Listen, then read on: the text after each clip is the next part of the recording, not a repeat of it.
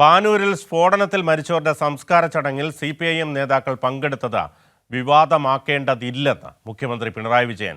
വീടിനടുത്ത് ഒരാൾ മരണപ്പെട്ടാൽ പരിചയക്കാർ പോകുന്നതിൽ യാതൊരു അസ്വാഭാവികതയുമില്ല. പാർട്ടി നേതാക്കളുടെ സന്ദർശനം മനുഷ്യത്വപരമായ സമീപനമാണെന്നും അദ്ദേഹം പറഞ്ഞു.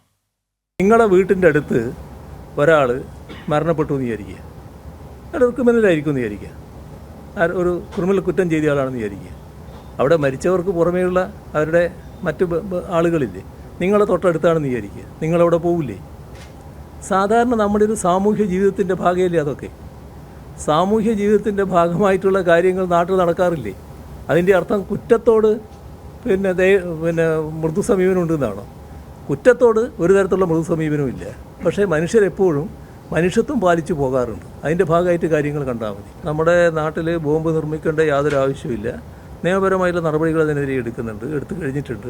അത് ശക്തമായിട്ട് തന്നെ നടപടികൾ എടുത്തു പോകും. അതിനകത്തൊന്നും രാഷ്ട്രീയമായിട്ട് കാര്യങ്ങൾ കാണേണ്ടതില്ല. തെറ്റാണ് ചെയ്തിട്ടുള്ളത്, ആ തെറ്റ് ചെയ്തവർക്കെതിരെ നടപടികളുണ്ടാവും.